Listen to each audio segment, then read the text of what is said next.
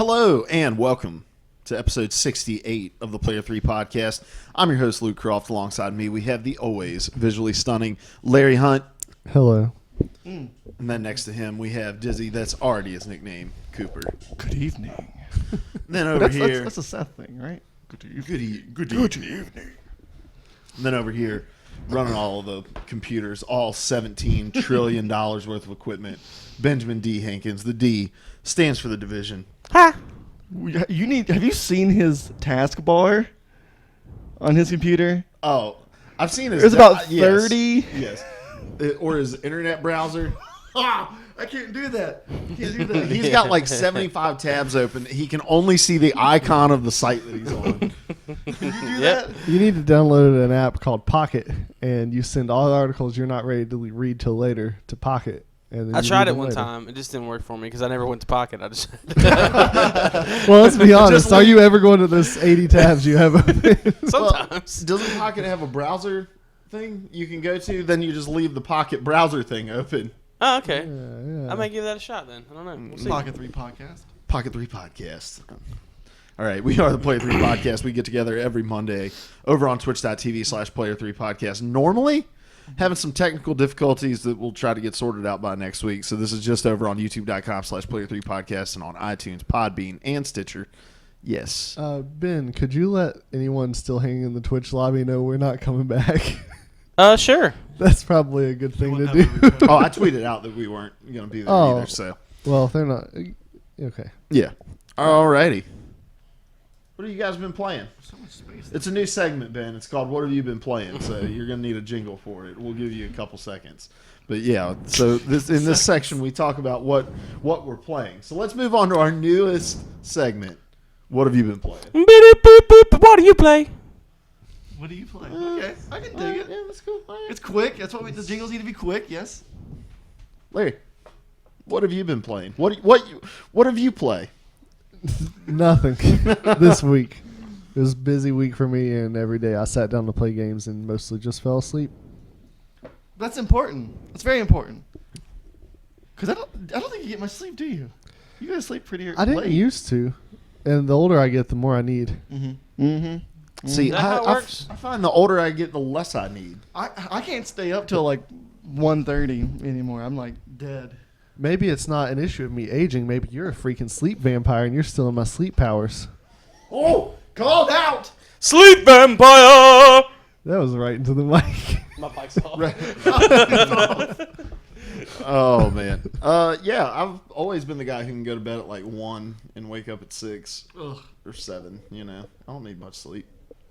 Sunday nights, or not Sunday nights, but Saturday nights, I don't go to sleep till like 2:30 because my brain is just going crazy.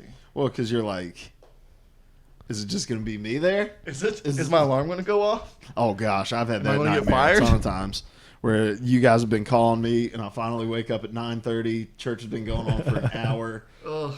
And you're like, we just burn it all down, because I just imagine that's what'll happen. Luke's not here. Might as well give up on this thing.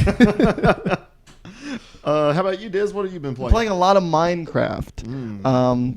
It's just one of those things that like you just keep revisiting over and over again. Well, you get invested to the world. Yeah, it's a game where you can do anything, but yet you do nothing at the same time. It's a lot of fun. See, for me, it's like I want to do this for a week or two, and then I want to move back to something else. And I've had my fill for a while.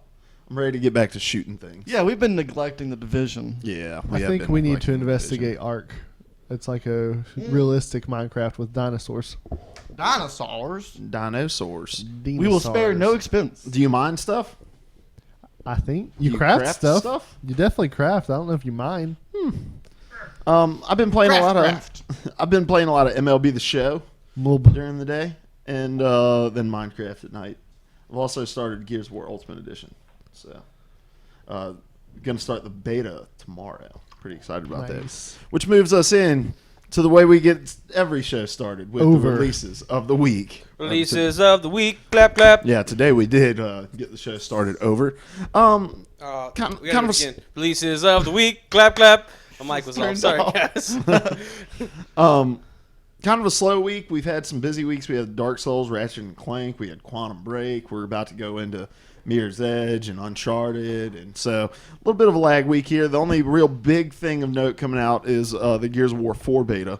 For those that have played Gears of War Ultimate Edition before last Monday, you should get access to the beta. I think you just log on to Ultimate Edition, and there will be a link there to send you, but I don't know for sure. I didn't. Mirror's Edge beta is this week as well. Oh, and the Doom beta is still going on. I think they extended it by a day. A lot of betas going on. So Mirror's Edge strikes me as the least necessary beta. Yeah, that doesn't make a whole lot of sense. It sounds more like a demo. Yeah. But it's closed. We talked about it. It's so confusing. I don't know what they're doing. Yeah, real weird. Maybe they don't. So yeah, those are your releases of the week. Releases of the week. Clap, clap. Moving right along with this show, very quick, very expedited today. My wife's got to be back at school at 6:30, so we got to eat sometime between now and 6:30. Her kids are singing in a concerto. Concerto. Man. It's just Are a we all concert. going? No. And singing along? Yeah. Stealing Teachers, stuff from the school. teachers get no respect, man. They're expected to Get do no all this respect. stuff. It's true. Yep, my And wife's where's got to work it at out? McDonald's What last are you night. saying? You don't respect my wife? Well, yeah, You but said that's they don't get unrelated. any- you said they don't get any I respect. said get no respect. Oh. Like Rodney Dangerfield. Yes. My wife's got to work at McDonald's tomorrow. Go respect a teacher. Go respect a teacher. Show them some I respect respect. you. Just We should- write them a letter. I respect you. We should make National Teacher Day, but do it in July. All right, let's move on to topics. Zopics, yeah, we got some Zopics for you. All right, that one made me smile. That's pretty good. It's All right. Zopics, not Larry. topics. Talk to me. You talk to me about your topic. Let me have it. Mirror's Edge. I've been complaining about. Mirror's Edge Catalyst. I've been complaining about the lack of information on it for some time now, and they finally just the last couple weeks they just been like, "All right, Larry, we heard your complaints, and we're just gonna dump all kinds of information." And so I sent you guys 2 gameplay videos. There's a 7-minute one and a 30-minute one. Did you guys get a chance to look at those? I know it was kind of late. Yeah, I looked at some of it. I watched the 30-minute So- one. I have a question for you when you're ready for questions. Oh, okay. I also just have a comment.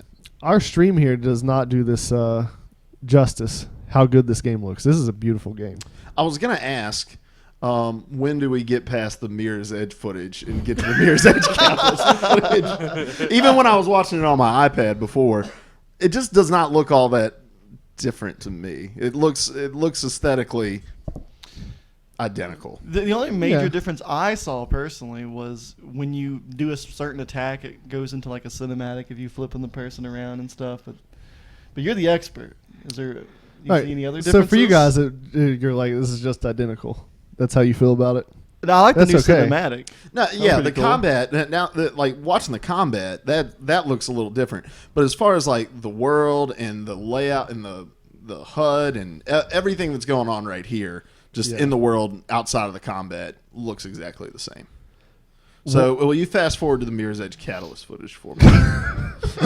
One very simple, but like one very simple change, but a change that I really love. Did you notice in the fight scenes the radar type thing around the middle of the HUD? Yeah, I noticed the circle. I didn't know what it was Is that doing. awareness? Yeah, like see those dashes are where enemies are. And like I thought that was so neat, like that you don't have to look away from the middle of your screen to look at your radar, and it's not that intrusive. I hope that gets incorporated into some other games. Yeah, that's a pretty interesting concept. Now, these paths. Did you watch all 37 minutes? I did of not, this stuff? because I didn't want like the entire. I watched the whole 7-minute video and I skipped around to the 30-minute because I didn't want to ruin too much for myself. Because sometimes in that game you come across things where you've got to figure out what you're supposed to do. So that was my question. Like, Oh, yeah. In the 30-minute one, there was everything was highlighted. Like follow this path, go to this door. Like, can you turn that off? I believe you can. Gosh, Because one of the 'cause that just questions makes they it no posed fun. was, are you going to play with or without runner vision? And that's Okay. runner vision. Amen, brother. That I'm going just to play seems- with it. That's And I'm going no to fun. and I'm just really it's runner assist because I'm just going to watch Larry play it probably. I mean, I'm not saying it looks bad because I don't think the first Mirror's Edge looks bad, but just and I guess it's funny having to reboot something after only one iteration of it, which is what this game is, you know? And so you want to reintroduce people back into this world, but this setting, this environment looks exactly the same as the first one. And I mean, we've had this conversation on multiple occasions while we've talked about Mirror's Edge Catalyst, whether it's the fact they're having a closed beta or whether it's the fact that the game looks pretty similar to the first game.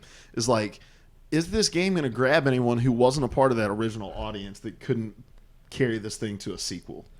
I think so. Like, aesthetically, yeah, it's similar, but the combat, you can tell just by looking at it, it flows a whole lot more differently. But would you know that had you not played the first Mirror's Edge? No, but a complaint a lot of people had was that the combat was too clunky and stuff. And so even if you haven't played, like, that's a detriment that you're not even going to experience. The fact that it's open world, that's a game changer for me. Mm-hmm. The RPG elements that they've added, like the upgrades? that makes that makes it a little different in how you play it.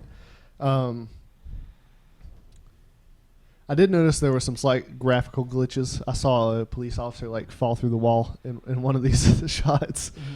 So, and I imagine it's too late for that kind of stuff to be changed. So, I expect that's going to be an issue. One thing that didn't interest me was like the social challenge aspect. You can set up your own time trial stuff. That stuff just in the first game it became too. People found cheap ways to do it faster. Mm-hmm. Instead of legit ways. I'm worried that'll still be the case. That's actually one of my problems with it. It's like, if you watch it, just visually, I absolutely love this minimalistic, modern style of just, white with a pop of color. I think it's beautiful. I think it's amazing scenery, but it's one of those games where you're meant to just run past it. And I think that's just such a sad thing, because I love the scenario. I love the scenery. And you're just meant to run past it and not really enjoy it. I love it. It looks great to me. Well, you're supposed to interact with a lot of it too, though. Mm-hmm. And part of the fun is finding different creative ways to interact with it. Excellent. But I kind of get what you're saying. It's like when we're playing through The Division. They put a lot of work into the scenery, and you just kind of walk past it and don't worry about it.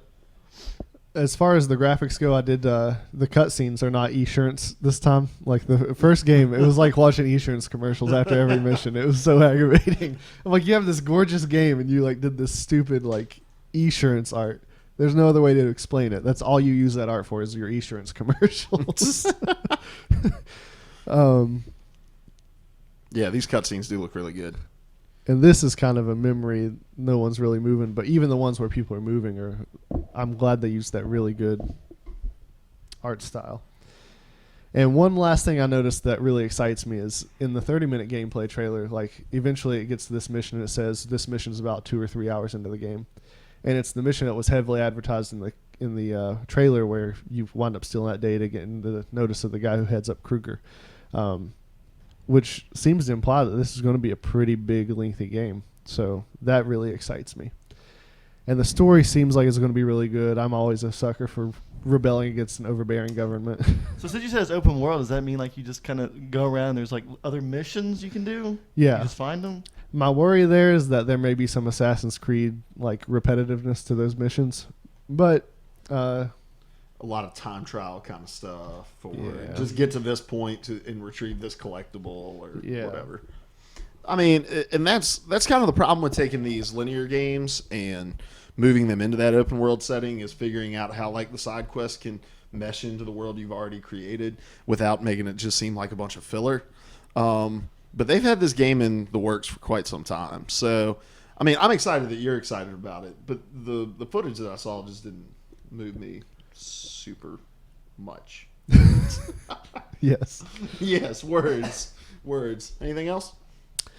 Nope, I'm pumped. I can't wait. I was getting a little hesitant, but now that they've put all this out there, I'm like, all right, this looks solid. I think I'm going to have fun with this game. So, what I don't understand is this a prequel to Tomb Raider? What? You guys are throwing around the word reboot. Is this technically like, is it not following after the last story, or is it just completely separate now? It's a reboot. Oh, wow. All together. Wow. And they were kind of tricky with the language of that. Well, it's kind of it's a reboot. Yeah. It is. I don't care what they say. Well, and really what the reboot in this situation is this was kind of a cult classic. We want to make it an actual hit in this game. So let's create an entry point for people that will make sense for the people who've played it before, but also for the newcomers coming in. So it's a smart move. All right, Diz, Hi. talk to me about Ubisoft. I will. Okay, so we just got this new update for The Division. Let's see, it is called The Incursion. Is that what it is? Just Incursion? And what's been happening is there have been players that have found a way to use a glitch to cheese on this boss, to destroy this boss an easier way. What they're doing is that they're finding a wall and that they're using a personal shield that's allowing them to phase through the wall, and it doesn't trigger the boss. It doesn't trigger the enemy. So you're just there shooting off your bombs, blowing up this tank. And Ubisoft is trying to find a way to punish these players who are doing it because they say it's against their code of conduct. Now, I don't know about you guys, but when I read this, I was surprised and very much against it because the way I look at it is that these guys aren't using a cheat code. These guys aren't using a program to get behind the scenes and into the system to use it. This was a glitch. This was a mistake, and they found a way to use it. I mean, as players of The Division, it's a tough game. We cheese when we have to. There was actually a boss where we found out if we hid behind this desk at a convenience store, the bosses won't enter the room. So we were just popping them out. And that's how we you're killed them. You're about to get us banned, dude. It's against the terms. Oh gosh, but it wasn't using a glitch. But that's how you play it. If you play it on the hard difficulty, it is incredibly hard. So you got to find a way to do it. And to hear that this company wants to punish players for finding a mistake and using it to their advantage is absurd to me. Like, they want to punish these people.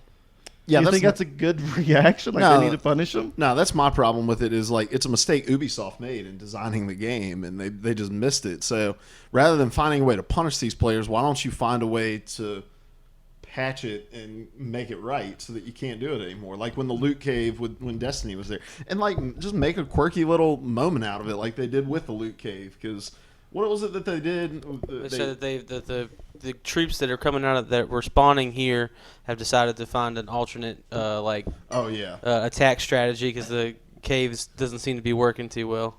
Yeah, and I mean, the people that took advantage of it early. Like, I think about, and I think I've told this story before on the podcast, but playing The Witcher, I went into a dungeon that was I was underleveled for and didn't realize it because I'm terrible at RPGs and reading the HUD. But I got all the way to the boss, and I was like, this guy's destroying me. So I looked up, like, is there a way for me to cheese this? And got him into a corner, kept casting the same spell over and over, and after about 45 minutes, he finally fell. And it's like, that's on the company that made the game. If they don't want me doing that, then make sure there's no way to do it. Good. Then I'll jump in. But here's the thing. The storyline of The Division is not competitive. It's completely cooperative. Like, if this was if people were finding a way to cheese, like, the Dark Zone to where, like, they're impossible to be killed or they're just easily killing everybody, yeah, we get it. Do something about that. But it's not competitive in the story mode. Why punish us for getting the mission done? Well, that's actually where the complication comes in, as far as I could tell, because they're going to take this high-powered loot into the Dark Zone and dominate. From what I saw, it drops a green, and we're at the point to where we ignore greens. So it's not even that really... I mean, you get other loot with it, but the actual boss just drops a low quality. It's like white and then green, right? And there's a lot better loot in the Dark Zone than anything you can get from the story missions anyway. But this is the raid, too. So what are the other bonuses that you get? Oh, we got to do that There's then if this is the raid. Well, we're not even close to level 30. So Well, I think that makes a difference over whether Ubisoft is just bullcrapping us or not. Because if it is loot that does really upset the balance, I understand the need to do something. But once again, the article you posted, I like how they worded it. They can, like, it's overkill to totally ban somebody for this because it's Ubisoft's fault. And if they're just going to give you a 3-week ban slap on the wrist, then it's actually according to the article, it's worth it to just cheese it as much as you can before they fix it and take your slap on the wrist for the sweet loot you're going to get. Yeah. So there's not much you can do that's fair, because ultimately, if there's a way to exploit something, people are going to exploit it. And Destiny, like the same concept is at play there. You're going to carry stuff into the, I can't remember the names of the things anymore, but the multiplayer where your loot mattered. Yeah. Like the Iron Banner and all that. Yeah. People cheese those raids all the time. You can't just go through and ban everybody for it. Yeah, and then it's like, where's the line on cheesing? So I take advantage of this little map glitch to do this. But what happens if Larry's like, hey, I'm super overpowered for this thing. I'll walk any other level player through it, like a lot of people were doing in Destiny and with their raids. Like, in my opinion, that's just as much cheesing as taking advantage of a map glitch. If there's no way I could do this on my own or with a team of people I know, but this guy's going to carry me, like... So where do you draw the line? They did that in Borderlands, actually. There's Terramorphous, who's one of the harder bosses, and if you're low level and you're with someone who's the highest level, they let you get that last shot in, and you get an incredible amount of XP that levels you up almost to max. Mm-hmm. Another thing is, I don't feel like Ubisoft is looking at this the right way. I understand that when it comes to making these complex games nowadays, it's very difficult to have it airtight. But I kind of think that maybe they should be maybe even a little bit thanking these guys, because they're finding glitches, they're finding things that are wrong with the games that their playtesters didn't find. That their code, that when you looked at your code, you didn't see it. Like, they're finding these mistakes, so you can fix them. So... I feel like they're punishing people for finding a mistake that they did. Yeah. More than anything. And that's absurd. Yeah. It's not a goodwill move to just be like, we're going to ban you. And these things are always going to happen. It's impossible to predict every scenario. Like, there's no way you can have a playtester run through and just set his shield up against every wall and see if he's going to glitch through it, you know? Yeah. Like, I think of all the Halo glitches in the early days of Halo, like when you could drop onto that pillar on Ascension and it shot you into the atmosphere. Like, who predicts this? You can't. Like, crazy stuff's going to happen. Just roll with it. Fix it when you can. I don't know. You can't overkill and destroy your player base over something that you did wrong. So what gets me is that how are they going to find these players that have done this glitch? Like, how do you hunt those people down? Yeah, I don't know. Just the people who post walkthroughs on YouTube, like, you can track those people. But maybe playing on the servers, they can tell how long it took you to beat the mission. Good point. Like, this was way too short. They must have cheesed. Or they took way too little damage, or some sort of measurable. Because evidently that when you phase through, it doesn't trigger, so they don't even fight back. So that's a good point. No one was hurt. Yeah. All right. It's a rough move, though. Next topic, my topic here. Topic, sorry. We're almost 4 months through this wild and crazy 2016, the year of celebrating all the national holidays. What is it today, Ben? I don't know. I don't have it up. I'm failing you guys. I'm sorry. And we've yet to talk about our games of the year thus far and games that we're looking forward to continuing through. So, from what you've played, personal game of the year, not what you think is going to walk away with the award, but personal game of the year for 2016, what would you pick and why? Even though I've only played the beta, I'm just going to roll with The Division. I have no PlayStation experience and I'm not invested in that at all. So just looking at what's come out for the Xbox One, like, it's really slim pickings so far, and that's it for me right now. That's the best we got. I've only played one game this year, and that's been The Division. Minecraft. Minecraft. Yeah, that's good. But I remember that I just said, hey, if you guys are getting this, I won't get Primal because, money. So I've just been playing The Division, and everything else has been older games. So I have slim pickings to choose from, but yet it's still a very good game, even though they're trying to fight back at us. It's fantastic. I would love to revisit it any day now. So it's my only option, but it's also my best option. Yeah, it's not a bad option. Mm-hmm. I have a toss up between two games. So your effort to get. I'm not putting anybody up there. Oh, okay. My two games are PlayStation exclusive games. For me personally, Firewatch just kind of it really moved me in terms of the emotional impact of that game, showing what games can be and what they can do to your mind as you're playing them. Just walking through these situations. Yes. Hearing you talk about that game versus a lot of the reviews I saw online, like I feel like most people did not get the game. Like it flew right over their heads. Well, and I think for some people they just played it different too, and I think that can be it as well. I think in any kind of those games that have multiple paths you can follow, even if it's all to one end, when the developers and the writers are making these stories, I imagine they have like kind of the preferred path. Like this is where it's going to make the most sense to people. And I feel like I kind of found that groove of where they were trying to lead us. Whereas there's 1,000 different ways to play that game story-wise. But for me, the game really turned into just this navigation of an emotional affair between you and the lady in the tower, your supervisor in the tower, and all the names are going by Delilah and Henry, and just kind of the cycle of emotion that I felt in watching that, of feeling like, well, it's just a game. I'm gonna do this, and then you get a little deeper in, and I don't want to ruin too much of the story, but essentially you're navigating the waters of this emotional affair and wondering where this line is. And I'd never played a game that's quite made me feel that way before. So that's definitely up there. Yeah, go ahead. Wasn't that Dragon Cancer this year? Was that last year? No, That's that another was- one of that those was- emotional roller coasters. Yeah, but that was more of like a linear experience where it feels like it's kind of being done to you. Whereas in Firewatch, it's more of you are doing stuff and then watching it watching the aftermath unfold before your eyes.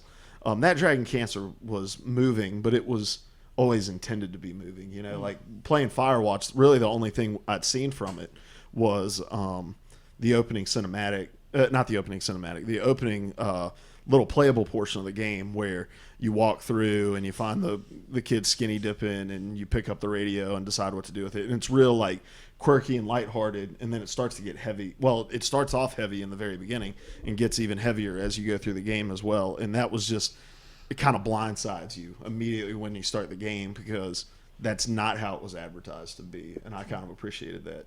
Didn't ruin it. And then my second game is definitely, it would have to be The Witness, from Jonathan Blow, puzzle game on this island.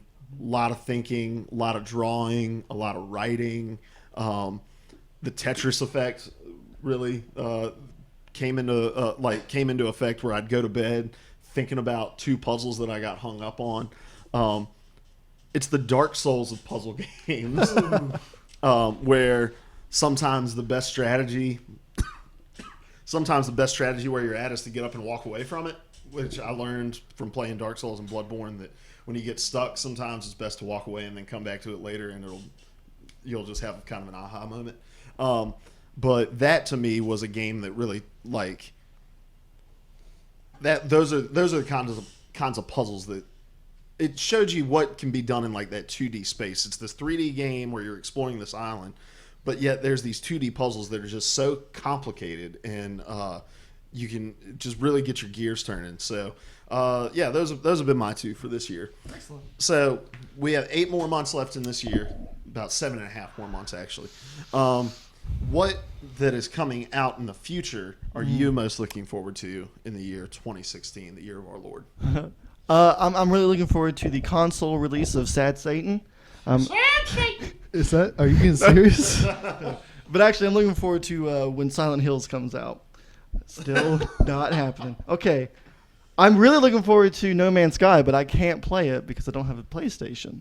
But if I had to pick a game that I actually could play with my present system, I loved watching the videos and reading up on We Happy Few. Is this like a legitimate like disc-based game, or is this just like an independent? Like, because when I looked at it, I was like, wow, this is. It felt like BioShock to me, with the whole, just the visuals of it, as well as these people are kind of on this drug, and I just loved the way it felt. I loved the way it looked. Oh man, I'm looking forward to that. We happy few. There was a needle in that preview. Eee. Maybe not the one you watched. The E3 reveal of it. There was a needle. I think I can't remember if it was going towards an eye or what was happening within it, but it was terrifying nonetheless. What are you looking forward to, Larry? That game now? Now that I've No, sold you not on it? even a little bit. So mine's a tie. Sorry. It's okay. I've got two as well. Mirror's Edge, obviously, and I'm not even going to talk about that. I've done that ad nauseum. I know. But, I've puked multiple I times. puked. I have puked into this coffee cup, and I'm not even drinking coffee anymore. It's just straight vomit. The other one is Overwatch. Like that game just seems right up my alley. This arena shooter kind of deal, and All because of their response to the controversy. oh gosh, them being sarcastic jerks just helped sell me on it. But I was excited even before, like the first. You probably remember we saw that reveal together, and I was like, that looks like a whole lot of fun. I can't wait to get my hands on that game. What's the Borderlands one they're doing? Battleborn. What do you think about that? I like it because it's Borderlands people. I don't know if I've seen that. I can't. similar. I get the two mixed up. I just assume they're all the same game. Overwatch has a real Destiny kind of aesthetic, like in terms of the environment. Because is Overwatch the one where there's only the one map that you play on, but there's all these different paths and like. That's very League of Legends of them. Yeah, well, it's a MOBA, so. I don't know. Because like I said, I get that and Battleborn mixed up so much, but I think it's Overwatch. And I saw the like scenery shots, screenshots of the scenery, and I'm like, this looks like what's the crap.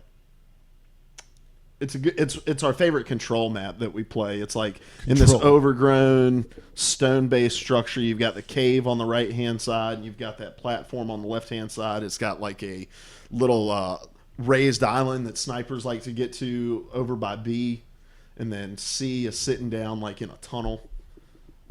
You'd know it if you saw it. I'm doing a poor job of explaining. I don't know. I'm so bad with map names, but it looks exactly like a Destiny map. I'll show you pictures of it later, and you'll be like, they just straight D ripped stands that. for Destiny. So okay, Overwatch, interesting. I didn't think that was going to make an appearance. I just like games where you're on a team shooting the other team. So I mean, it's the perfect game for me. For me, No Man's Sky is definitely one. I'm more excited about seeing whether or not it delivers on the hype at this point. So from a talking point standpoint, I'm going to go with No Man's Sky. From an actual game standpoint, I'm going to go with Horizon Zero Dawn from Guerrilla. The dinosaurs that aren't dinosaurs, the robot dinosaurs that aren't dinosaurs. That game looks awesome. Is that an exclusive? Yeah. Uh, Yeah, that's being made by Guerrilla, the people who make Killzone. It's all right, They man. get us every We'll time. bring you over to the dark side. Ooh, you're saying it's the dark side. On No Man's Sky, my big concern with it is that, like, I wonder how repetitive it'll get. Yeah. There can only be so many, like, visual assets before it's just like, I'm just seeing that same animal in a different color on this planet. Maybe different scale. Yeah. That's the thing I'm worried about. That whole every planet's going to be different. Like, I just don't know how that's possible. But by the same token, when they talked about the number of worlds, I didn't see how that was possible. So maybe they'll shock me. Yeah. Well, I mean, we're cool with Minecraft, and that's going around and finding minerals and stuff. That's kind of like one of the main things of No Man's Sky, isn't it? Gathering these minerals and trading. But Minecraft was very unassuming when it released. You know, it just kind of took the world by storm, whereas No Man's Sky is like, here's all this. Because, I mean, yeah, the point of the game is to get minerals, build your ship, get to the center of the universe. But the thing they've been advertising about it is the diversity of these worlds, you know? And so if they can't deliver on that, do they deliver on the product, even if it's like, well, the mining stuff's pretty cool. And the goal in Minecraft, I would argue, is more the creativity side, whereas the goal of No Man's Sky seems to have been hyped as exploration. Yeah. All right. Beautiful. Those were your topics. Zopics, there's no more Zopics for you. All right, let's move I on love it. to the news. News with the podcast guys. That's us. I wonder if Podcast Guys is like free for us to use. It is now. All right, first item on the list, the map for the new Red Dead game has reportedly been leaked. Reportedly, but still, man. This is over on GameSpot. News update. All right. The image that appears to show the map features the Great Plains where the Blackwater area from the first game was located. Additionally, numerous islands can be seen on the outskirts, indicating the player may be able to either swim or take a boat out to new locations. The game, which has not yet been announced by Red Dead Redemption developer Rockstar, is reportedly a prequel. The absence of a railroad, which was prominently featured in Redemption, is further evidence of this. The site says, however, it is noting that the map has a railroad in its key. So, You become a railroad baron, and you build it. It's Hell's Wheels in video game form. Hell on wheels. Hell's bells. I'm really looking forward to this game. Yes, sir. This game's going to be awesome. They need to Just confirm gameplay it. footage. I loved, Even though they haven't confirmed it. I loved the final boss fight of Red Dead Revolver. Yes. That's all Yes. I've played of this series. Is it the Of the same? series, period? You It's not haven't the played? same Oh, series. Yeah. goodness. Yeah, Red Dead Revolver is the prequel to Red Dead Redemption. Okay. But I do like Western stuff. Like if my wife wouldn't leave me, I'd just grow this big Sam Elliott mustache and it'd be awesome. You just need to do it, man. You just need it. She's not going to leave you. And if she does, I'm here for you, buddy. You're not as soft. Hey, I'm pretty cuddly, Like man. everywhere I touch you, there's just coarse Whoa. hair. Yep, we're getting kicked off. We're not live streaming. You're making this weirder than I mean it to me. I mean, your You arms. said I everywhere can't. I've I can't touched you. caress your arms without getting tangled up in your hair. I'm gonna stop I talking. am so excited about this game. It needs to be confirmed because we just talked not too long ago about Fallout Western-ish. So I'm in the mood for another Western. Looking Yeah. forward to it. Not much else to say there. I mean, it's just a map leak. Speaking of Western, I was scrolling through Netflix, their original series, just Netflix originals, which there are a crap ton of. Most of them are stand-up specials. I didn't realize, but I was scrolling through. There's an original I'm about to start called The Ranch. That It's has really good. really Yeah, we watched it. Ashton Kutcher and Sam Elliott. I'm like, what a weird combination. I can't wait. I love Sam Elliott. Yeah, I want him to he's be really my funny dad. in that show. Isn't in that show? Isn't Ashton Kutcher's brother like one of his co-stars from that '70s show? Yeah, I haven't watched he's it at best all. friends with Hyde in real life. Oh, okay. Yeah, he played Hyde in real life. I'm so excited now. So they're brothers, and then Sam Elliott is the dad, and then they have a mom. They do. Who's Sam Elliott? His mustache is his upper lip. He's got a He's big in all old kinds of You westerns. ever seen Big deep voice Lebowski? like this. Yes. He's the cowboy. I don't remember. You ever seen the enough meme that's details. like, you must be some special kind of stupid? Oh, That's no. Sam Elliott. Tombstone? Oh, the one Seen that's like, Tombstone? No. Virgil Earp? he's the guy that says the absolutely true line. Have you seen Ghost Rider? Yes. He was Nicolas the old man Cage? that helped Nicolas Cage. No. All right, moving All on. Next item on the list. Then you've never seen Big Lebowski, dude. March's NPD report has been revealed. PS4 outsold the Xbox One. Here are your top 10 selling disc-based games. Number 1, Minecraft. And again, with the Minecraft, this is the disc. This isn't even counting Wow, that's true. digital downloads of the game. This is counting you walk into a GameStop and buy this game, or into a Walmart or whatever. Look at that plebe. He has no horse armor. I have so much horse armor. Look how majestic that is. What's that thing behind him? I've never seen that. It's a wither. Ooh, I'm glad I've never seen it. Where do I find that? The nether. We got to go to the I Nether, know. boys. You have enough to All do. right, we we're got getting enough on nether to- stuff. I'm just Yeah. kidding. I want to play the Division. We'll play the Division while we play Minecraft. All right. Then we have Call of Duty Black Ops 3. Okay. What if this was still Modern Warfare 2? What year did Minecraft come out? Look up what year Minecraft can't. came out. Oh. On the Okay. console or originally? I think it came out in... I'm going to guess 2010. The thing that appeals to me with this game is the actors they got in the zombie mode. It's Jeff Goldblum, Chef Heather Goldblum. Graham, Ron Perlman, and the guy who played Winters in Band of Brothers. I don't know his real name. Oh, I knew it till you asked. Hold on. But yeah, I want to play as Jeff Goldblum. All right, it man. came out in 2011. The Call of Duty game in 2011, I think was the original Black Ops. Am I right? In 2011, were we in college at the time? Yes, I got it then. So Just yeah, count backwards every year. Yeah, I think it was Black Ops, the original Black Ops. So let's just put this into perspective. Minecraft is number 10. It would be as if number 9 is Call of Duty Black Ops 1 still on this list for NPD in terms of like the longevity of that game. But number 9 is Call of Duty Black Ops. Damian Lewis is the other actor. Proceed. You may proceed. All right, next one is NBA 2K16. Look at him. It's LeBron. He's pretty excited. Anderson Varejao doesn't even play for them anymore. LeBron James. That's why he's pointing Who's at he play? Who's he play for? He plays for. Oh, too slow. Golden State. He's pointing at. Next, Oh yeah. next one, Pokken Tournament. Have you played this, Ben? No, I don't have a Wii U. Is it I would Pokken? if I had it. It's Pokken Tournament. Pokken? Okay. Yeah. Oh, why is it called Pokken and not Pokemon? Pokemon? Because they just poke each other. They just Because poke why is Because Pokken it's like short? Tekken and Pokemon mixed together. Pokken. Oh. So it's a Pokemon fighting game? Yeah. That seems legit. Buy It's me a real Wii U. awesome. I've seen a bunch of. I want to get a Wii U really badly. Hey, Who wants to play as the come on in chandelier on one? Saturday. I'm working on Saturday. Buy a Wii U. Can you give me one for a heavily discounted rate? Not even. Okay, well then All I right. can't do Why it. would you want to play as the chandelier though? Because it's one of the heavy people, like when Donkey Kong and Smash Brothers. Okay. All right. Then we have MLB The Show 16. That's what EA you've been Sports pointing at. UFC 2.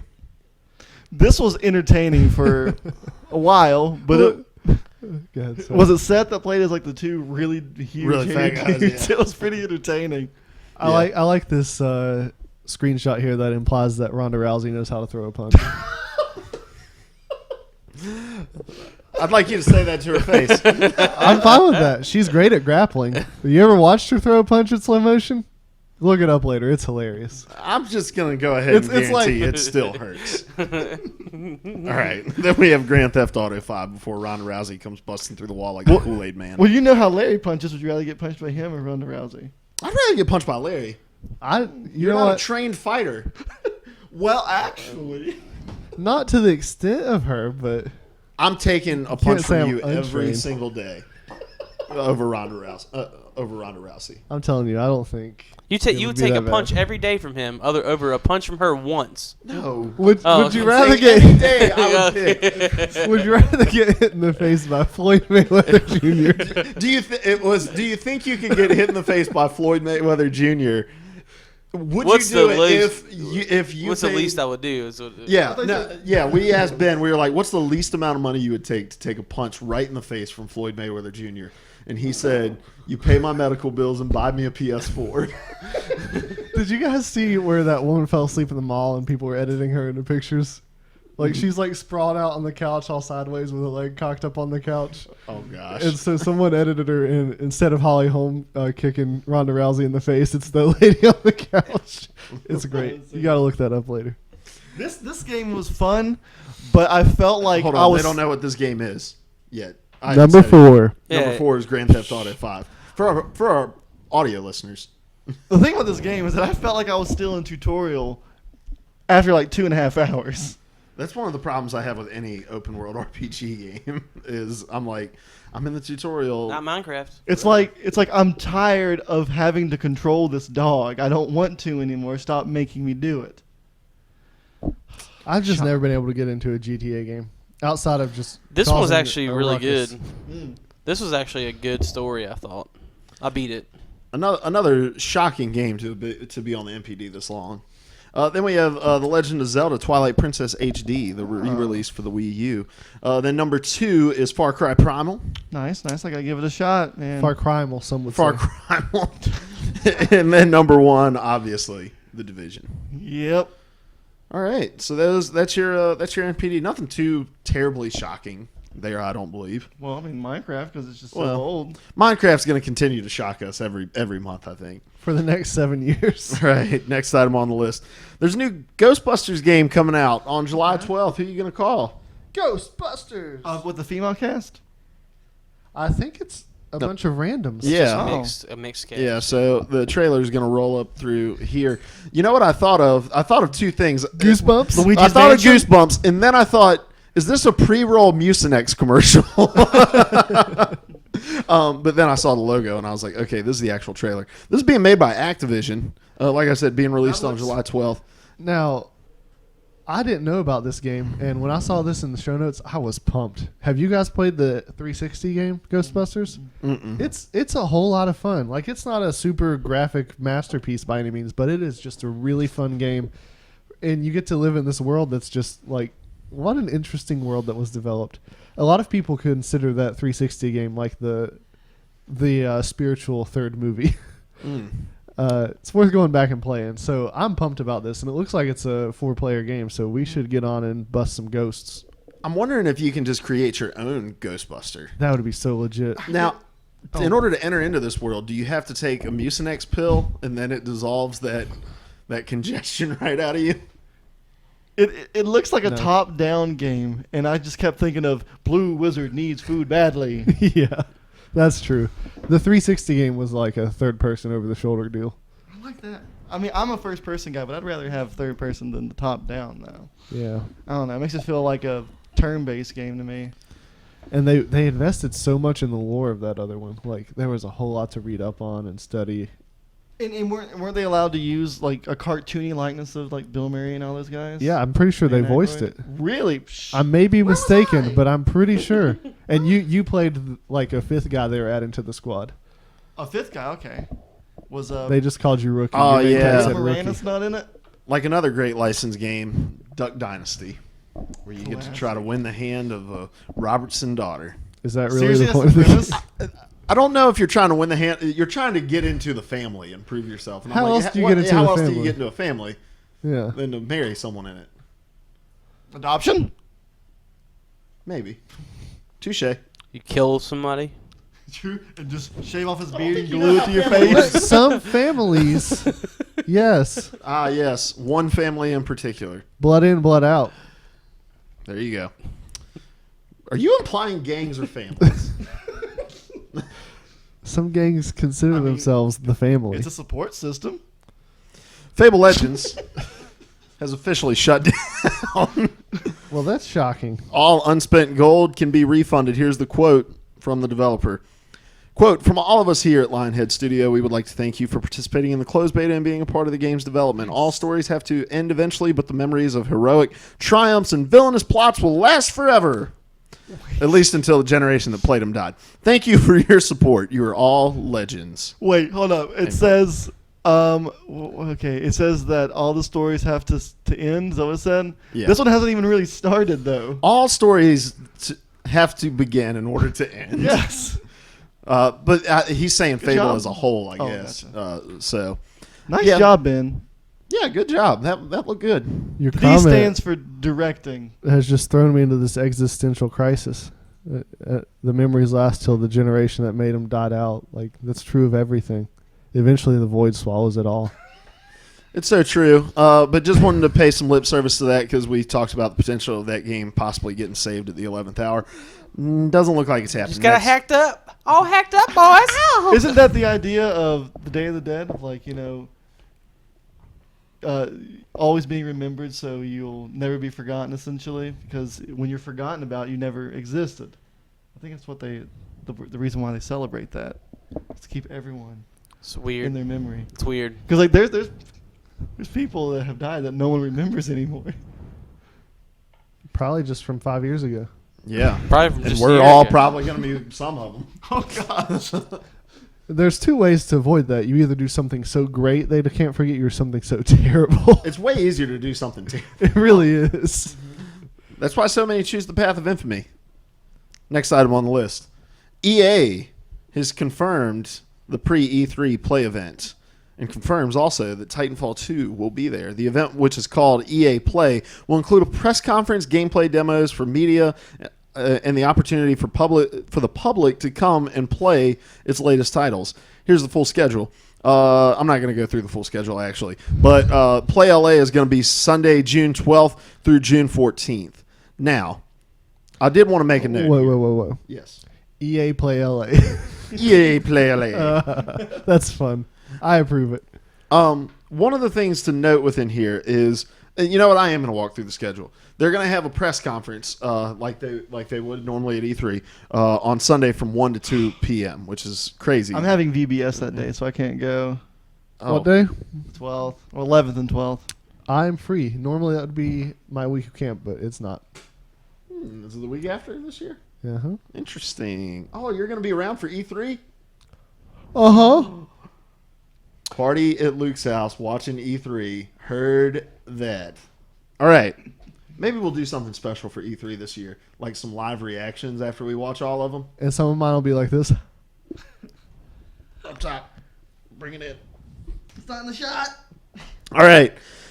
So 1 to 2 is the EA press conference. This is the thing that's interesting.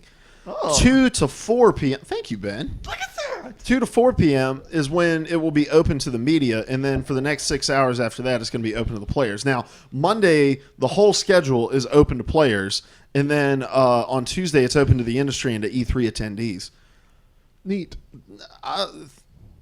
Neat on the one hand, because it's cool for players, but 2 hours to be open to the media when you're going to spend 2 hours waiting in line for one game probably, even if it's just the media in there. Like, it doesn't help people to do their job in covering these games, and ultimately it doesn't do that great a job in getting stuff on major outlets for people to go watch. But are they valuing like the individual's opinion? Because, you know, a lot of people just read reviews that non-professionals have written. Yeah, I think to an extent that's true, but you're given 12 hours to everybody the following day, you know? Like, can you not extend this a little bit longer to make the hand that's helped feed you for X amount of years to make their jobs a little bit easier? We've talked about this, but I don't think this is going to help very much.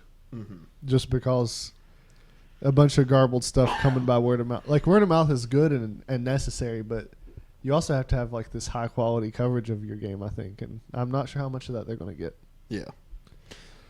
But let's talk about... Oh, go ahead. What's the difference between open to all players and then open to E3 attendees? How's that different? Open to all players is for people who just show up and go to this event. I think it's free. E3, you have to have a pass to get into. Okay. So, but they also mentioned Titanfall 2, and we talked about the trailer last week. But let's just talk about what do you want to see from Titanfall 2? I imagine they're going to reveal it during the press conference, and then we're unsure if it's going to be playable on the floor, but it may be playable behind closed doors or something for people. But go ahead. I have a question. I never played Titanfall 1, but if this wasn't in it, it's what I want to see. Because I'm a sucker for customizations. Could you customize your mech at all? Very limited. 3 options, and it was 3 or 4 options, and it would just change the weapon loadout and skills and stuff for it. Well, as a future Titanfall 2 player, I want to see more. Yeah, I would agree with you there. Like, you could put an emblem on it and change the voice, the computer voice, but appearance-wise, it didn't do much. So I would agree there. Other than that, like, for me, it's just more Titanfall is all I need. I don't really care what they add. The story wasn't important to me. I didn't buy that game for the story. I love having this big fight in mechs. And I know some people said it was repetitive and they eventually got tired of it, but I don't understand how you can play Call of Duty for this long, and it's the same thing in my mind. They had a good variety of game types and a variety of gameplay. You can play that game a lot of different ways. So I just loved it. Whatever they give me, I'm going to be happy with, unless they're like, no more robots.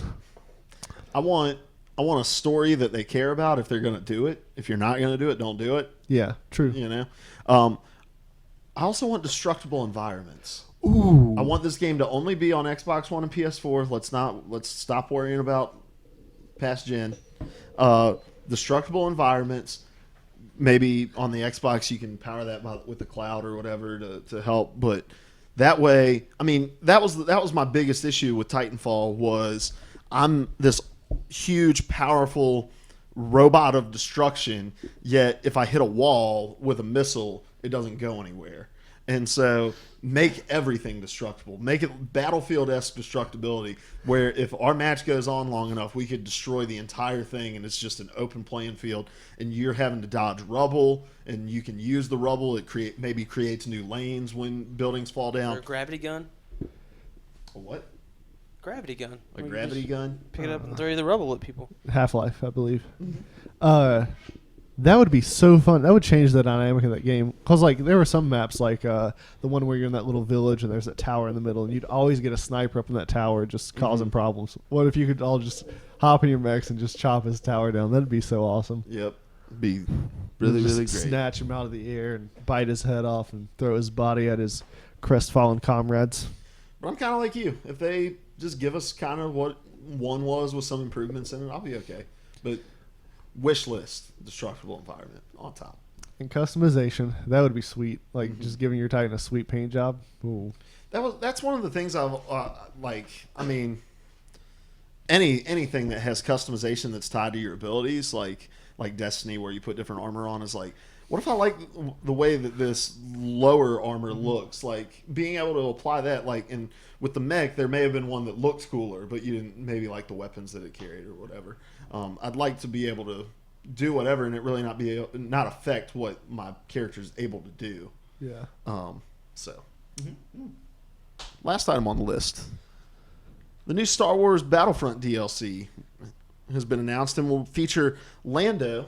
Yep. Is it Dengar? Dengar. As well as a playable Cloud City. Cool. Why is Dengar? Hey guys. I knew they would do it. Beautiful. Man. Wonder what a special My ability reaction. would be. Lot Handsomeness. deceit. Why isn't the seat? Like having played that game, just the gameplay didn't keep me, and throwing more maps into it isn't going to do anything. I'm not going to pay for that DLC.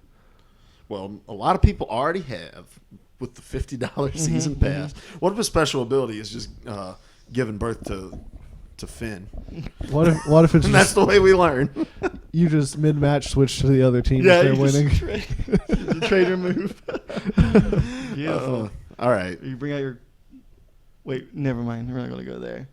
News. That was the news. Nah, I'm intrigued. News with the podcast guys. He was the advertising guy for like Colt 45 malt liquor. So I was going to say something about that, but maybe not. We're trying to be wholesome. But I said it anyway. I said it anyway. Whoa! Whoa! Is this illegal? Yeah. Probably. This George is Lucas illegal. will kill us. What What do you think? It's not illegal. Yeah. No, it's not. It's on YouTube. It's public access. No. That's not how YouTube works. All right, let's move on to everybody's favorite segment, the random question of the week. Random question of the week for the month for this No Harmony.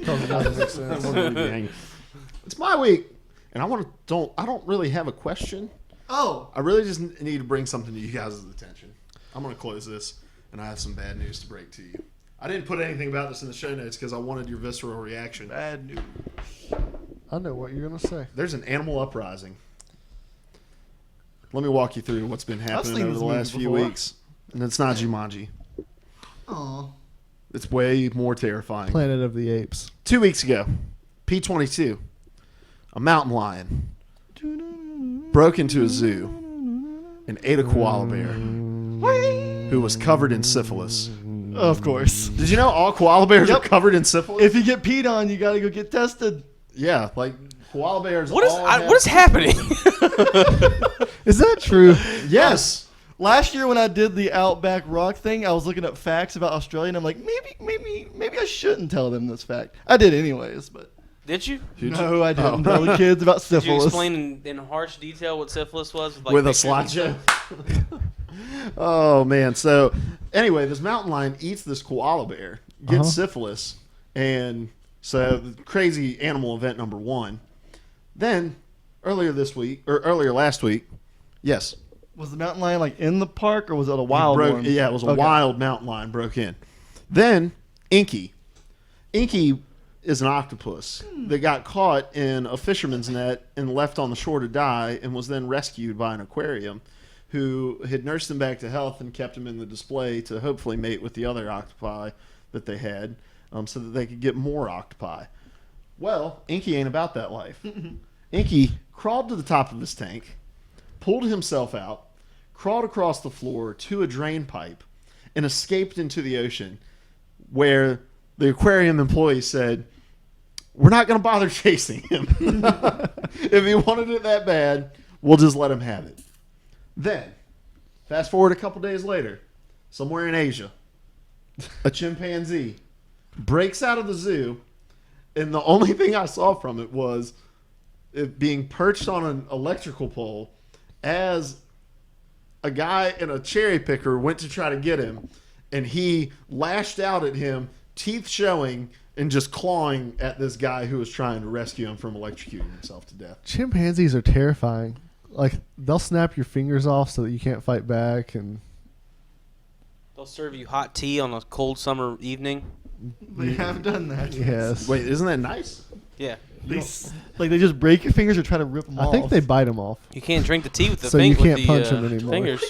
Anymore? Well, you got to punch them first to make it I, happen. they anticipate it. They just assume. Oh gosh. They do other things. They're super strong. They Well, don't it'd look be like easier it, to but they punch are. if you didn't have fingers. It would just be a nub. You wouldn't have to form your hand into a fist. And then Saturday, 2 tigers in a zoo ate a zookeeper. There's an animal uprising happening right now. I don't know what we did to anger the animal kingdom. All 4 of those things involve captivity. Yes. Captivity. That's what we did. But the mountain lion, the mountain lion wasn't captive. He broke into P22 broke in. I should have called our resident expert Ryan McDaniel up to talk to us about this because he knows all about these stories. So my question is, what animal are you most afraid of getting sentiently angry at us and deciding to formulate an army to overtake the human race and all that we have built? That's intense. The squirrel, nature's ninja. Now, squirrels are underestimated, but those things are vicious. They can eviscerate other creatures. Like, just imagine being attacked by a pack of squirrels with their sharp little hands and their sharp little teeth just chewing your belly open and leaving you there to bleed out on the pavement. Now imagine them getting into your house at night because they can. Because they can. They're responsible for power failures all the time, animal uprising. They cause structural damage to dams. Gosh, they do suicide attacks. They blow up the Transformers. Even Optimus Prime. They are the best EMPs They available. We just start chucking squirrels out of planes when we're at war. Do your bidding, and they're just splattering on the ground. We didn't give them parachutes. Good Mythical Morning was about squirrles today. I'm so excited to watch it. I haven't I watched it haven't yet. watched it yet either. How about you? You almost said Luke. I almost said Larry. Oh. No. Okay. I'm trying to think of a creature that would be terrifying to attack you, as well as have lasting effects after the attack. This is the animal that my mom is most terrified of. And I would be horrified if we had sentient armies of bats. Because not only are they flying animals that can swoop down and attack you, but you have good odds of getting rabies afterwards. So if they don't kill you with their first attack, you'll slowly die from your brain foaming up. Dehydration. Or you can get all those shots in your stomach. I'd rather die. You'd rather die, yeah. I'm going to go sentient army, and you're going to change your answer here, of bees. Ooh. Well, I have no chance. But I'm not even allergic to bees. But can you imagine how hard it is to just get away from one of those things if it gets around you on a hot summer day when that chimpanzee is giving you hot tea, Biting your fingers off. and biting your fingers off? Trying to get away from 1,000 of them. They're just swarming at you, trying to get away from 1,000,000 of them. How many Purposefully bees trying to do you kill think you. there are in the world? Well, honeybees is not that many anymore, but you're talking about like freaking wasps and hornets. And What if we Yellow all jackets? just wore beekeeper suits, though? They get stung all the time. Through their suits? Yeah. What if I wear like a thicker hazmat suit? I feel like bees are easier to combat than others. Flamethrower. But You here's got to the take that suit off at flamethrower. some point. the thing is about the bees is that initially bees attack you to protect their hive. He said sentient, which tells me that they're not only trying to protect their hive, but they're purposefully No, this seeking is to a- kill yeah, this is you. an uprising. They're This is a seeking to revolution of kill you. animals. And if there was a creature that was going to uprise, it would be the bee. We've like Yeah, we annihilated destroyed them. Yeah. And you know who would join them? Joaquin Phoenix. He was so sad about those bees in that documentary of his. We'd have an army of sentient Joaquin Phoenixes rising from the ashes of our society. Yeah. Ashes is The phoenix of our society. How about you, Ben? These are creatures that I don't really mind, but there are thousands, nay, millions of them. Horses. Hey! Millions. No, that was a good hint if I was going to say horses, but no. Ants. They can strip bones. They in can no lift time. your house. With if Probably enough of them. could if they were organized. And they were They've never been everyone's going to organized. go to sleep, and everyone's going to wake up, and their houses are going to be modularly. It'll be like that night Attached. Diz woke up and they were just driving down the road and they were like, "What's going on?" And it just turned out his dad tried to leave him in the middle of the night. And I forgot just to imagine if unhook they the- were sentient, they would like Trailer Hitch form. Man. They would form like shapes of themselves. I imagine Slenderman is an ant. It's just a bunch of ants because would just form like a shape of themselves by attaching themselves to each other. You And they can't can drown lift. them if they're I saw together. a part of a movie when I was a kid where these ants had infested this guy's body and killed him, but they were moving his body and taking over his life so that they Mhm. could infiltrate other people's homes. Yeah, Wow. I think it was a bad sci-fi movie. I'm gonna have to find out what it was. sentient ants, man. I'm telling you, that's what they can do. They have psychic powers too. All right, let's get out of here. Let's go around the circle. Start with you, Larry. I'm Larry. I'm on Twitter at LarryHuntsZombies, LarHunts Zombies. And this week I'm actually going to play games, lots of games, a wide variety of games. I may stream some of those games. We'll see. All right. I don't do much, but you can find me on the Xboxes at Granny Hand Grenade. I'm Luke Curl. Find me on Twitter at TK for Maniac and on Xbox Live at Download a Hoagie and on PSN at Lodger Blackman. We're the Player 3 Podcast, youtube.com/Player3 Podcast, iTunes, Podbean, Stitcher. Leave us a review. Tell us you love us. Send death threats to Larry. Player 3 podcast. Don't send death threats to Larry. We are the Player 3 Podcast. Player 3 podcast. P3P. Just hit stop recording. Don't